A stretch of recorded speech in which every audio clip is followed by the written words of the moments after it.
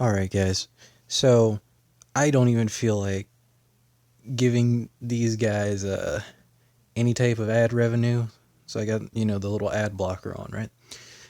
And I just wanted to make this video because I have seen, this is another review I've seen today, and I've seen some other ones on YouTube, and it's got me a little irked right now. And it's simply this right here, this goofiness right here made me make this fucking video.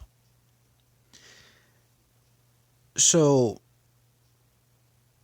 all through today, I've been watching Xbox Series X reviews, and everybody's liking it, which is crazy to me. How these guys are talking about a next gen console, but the whole time they're showing and talking about the games you can currently play on the Xbox One. Okay. And then they show you the user interface, and it's basically the same as the Xbox One, and the controller, it's just slightly refined, nothing special about it. It's basic. The Series X is a Gen 8.5 console, more along the lines of what the series. It's basically another the Series X for the One X further iterated on. And all throughout this article, he makes all these goofy ass assertions, and the worst of which is Microsoft recaptures the magic of the Xbox 360 era. And it's some of the craziest shit I've ever heard or I've ever had the privilege to read in my life, because it just shows how far off a fucking cliff gaming has gone this generation. My god. You mean to tell me a console that had probably one of the best launch lineups of any console, you're comparing that to a fucking console that's biggest claim to fame is you can play current generation games on it, and you can get Game Pass on it, which again, current generation games. There is nothing if you have a 1X currently, there is no reason to spend $500 to double your frame rate effectively. And or to resume games as quick as possible. There is no reason for that. As far as I'm concerned, that is a waste of money. But how the hell can you even come close to making that assertion? What in the deep depths of your mind had you thinking some shit like that? You mean to tell me a console, a proper next generation console at the time, which came with wireless controller, hard drive, you could get a wireless networking adapter for it. It had a chrome finish if you bought the premium version.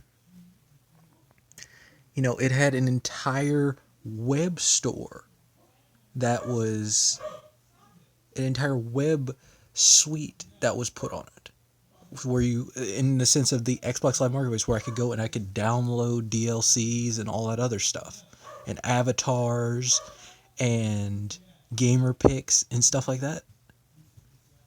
That was next generation, because no one ever seen nothing like that. No one had ever thought a wireless control would ever come standard. No one ever thought that, you could play music while playing games at the same time. No one ever thought none of that. Can you just... Excuse me. Pardon me for the burp there. But no one had ever seen nothing like that. No one ever thought that they would bring out, even though it wasn't a launch thing, they would bring out the party system. This was, and hell, the next generation experience, the new next Xbox experience is what they called it at the time. It was in November 2008. But it was that it was that is next generation stuff. And then fast forward 15 years, we have a console with no launch exclusives. Well, okay, Gears Tactics was an exclusive. Riddle me this. Why is Microsoft giving better exclusive to the PC than the Xbox this year? Flight Simulator, Gears Tactics, and this is Gears Tactics. How the hell are you going to make a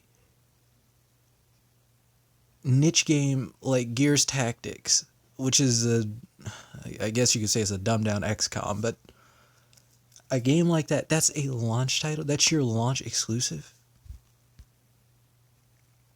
And compare that to you had PGR3, Perfect Dark Zero, Need for Speed Shift. I mean not Shift. Most Wanted, and they were launching. Yes, those were launch exclusives because they weren't on any other console at the time. Call of Duty 2, Cameo, there was a few others, but those were great. Those were really good games.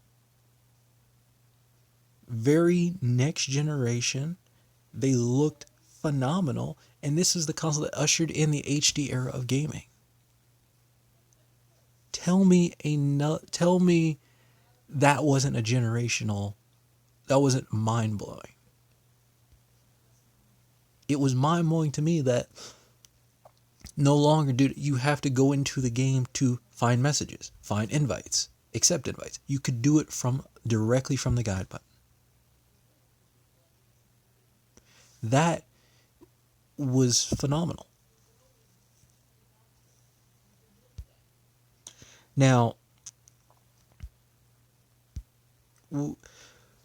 so and the other thing they talk about is this, for some reason smart delivery is mind blowing, which, I mean, all they've done is just take what really was on the One X when they had when you had the One X, it just detected that you had the One X, and it just downloaded the higher fidelity textures and stuff like that. That's really all smart delivery is. It's just a fun name for that. And I mean, technically, it's also cross buy, which is what PlayStation had. It's it's really nothing to golf at. I mean, it's been stuff like this has existed for a while now.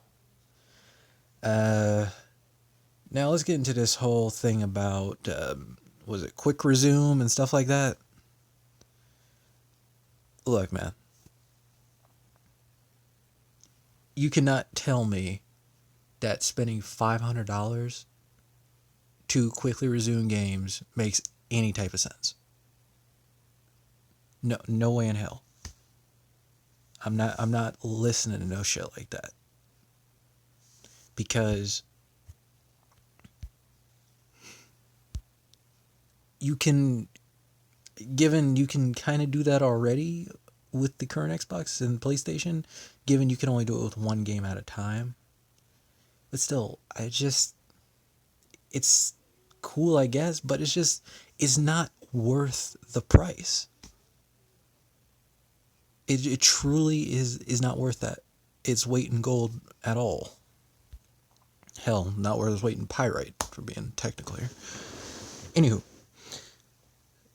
so without it out the way, what is the other crap that these guys are talking about? What is the other crap?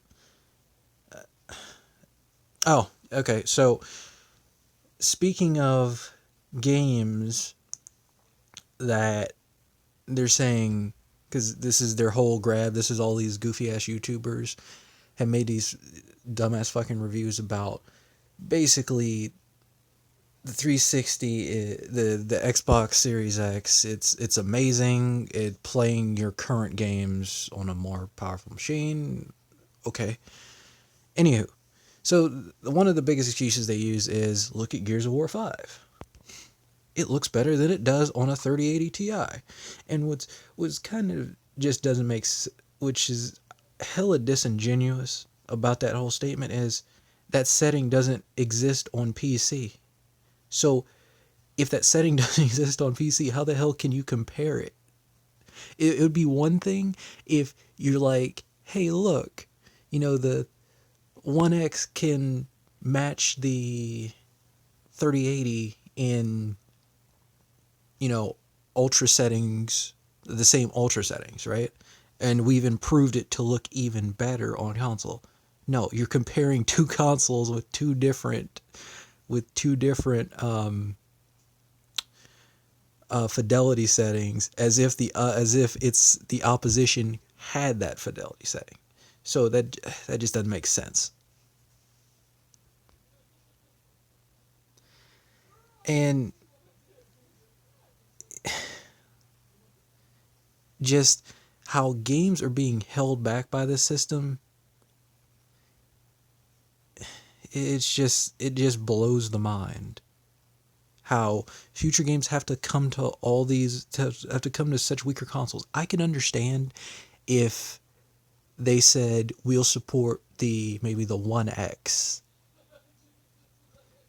and the Series X. I could understand that.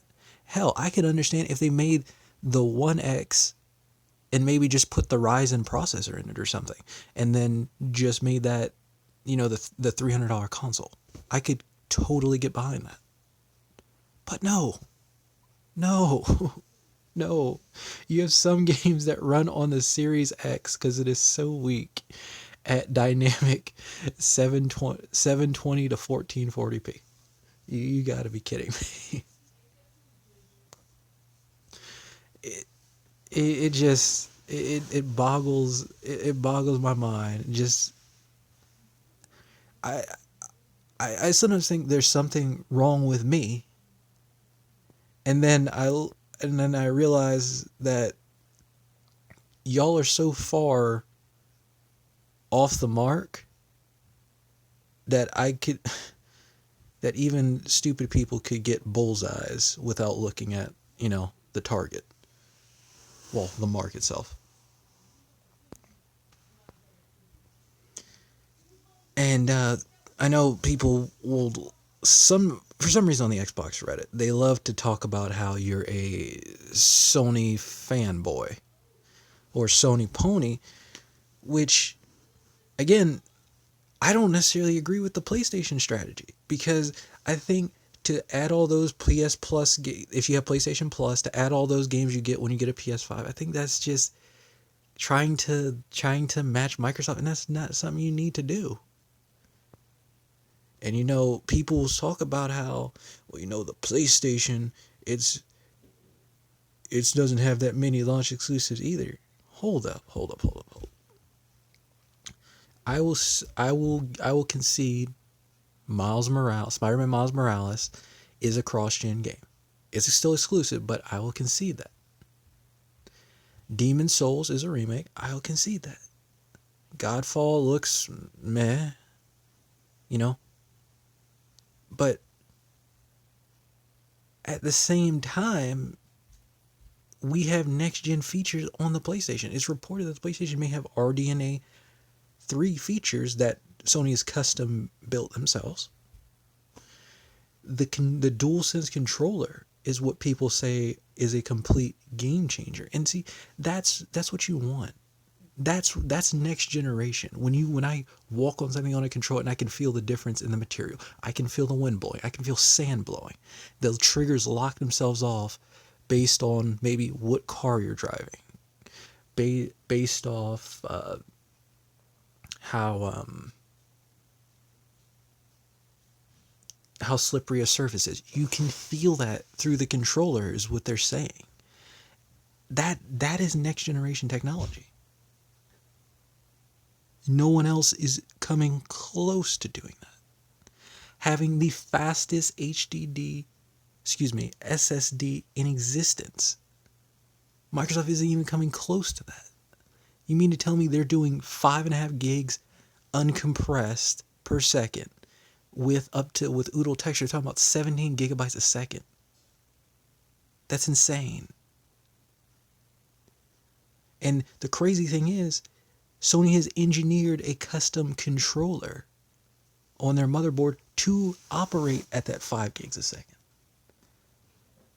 Because the thing with NVMe is they don't necessarily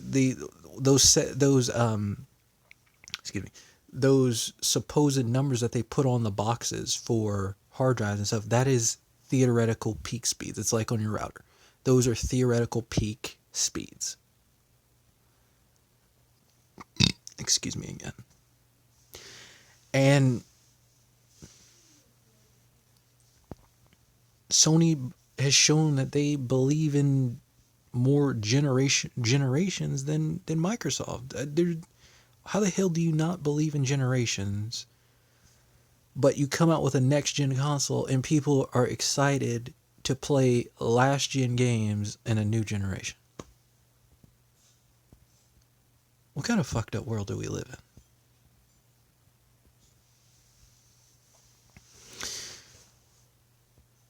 And then, what else do we have?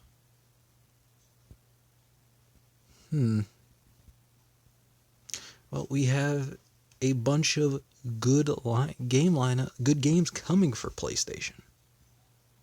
And let me just make this very clear. I'm an Xbox guy, but Microsoft has basically just turned his back to us, the true Xbox fans, not fanboys, but fans. They have literally turned their backs to us. Their console exclusives are trash. Their for the new console coming out, there aren't any. So what sense does it make? Oh, hell. What sense does it make to brag about having 120 FPS capabilities when in reality, dude, not many people have 120 hertz TVs. And I know if I'd say this on Reddit, they'd, well, I have a 120 hertz monitor. Yeah, because you have a fucking PC, you idiot. No shit. No shit. It's just stupid stuff like that you have to deal with Xbox fanboys. Not many people have 120 hertz TVs. And the people who say they have 120 hertz monitors are playing on PC. So that's a minority of the people playing. Let's just call it what it is. And then you had Xbox. See, and this is how you know everyone knows they lost. This is how you know they've lost, when you have Xbox fanboys complaining about a screw that you have to unscrew to put in an NVMe. And they're also calling, Sony anti-consumer, but Microsoft is forcing you to get, proprietary NVMe storage. Go figure how that one works. But I'm going to end this video there. I'd love to hear your comments, rate, comment, subscribe, do whatever, you want to do.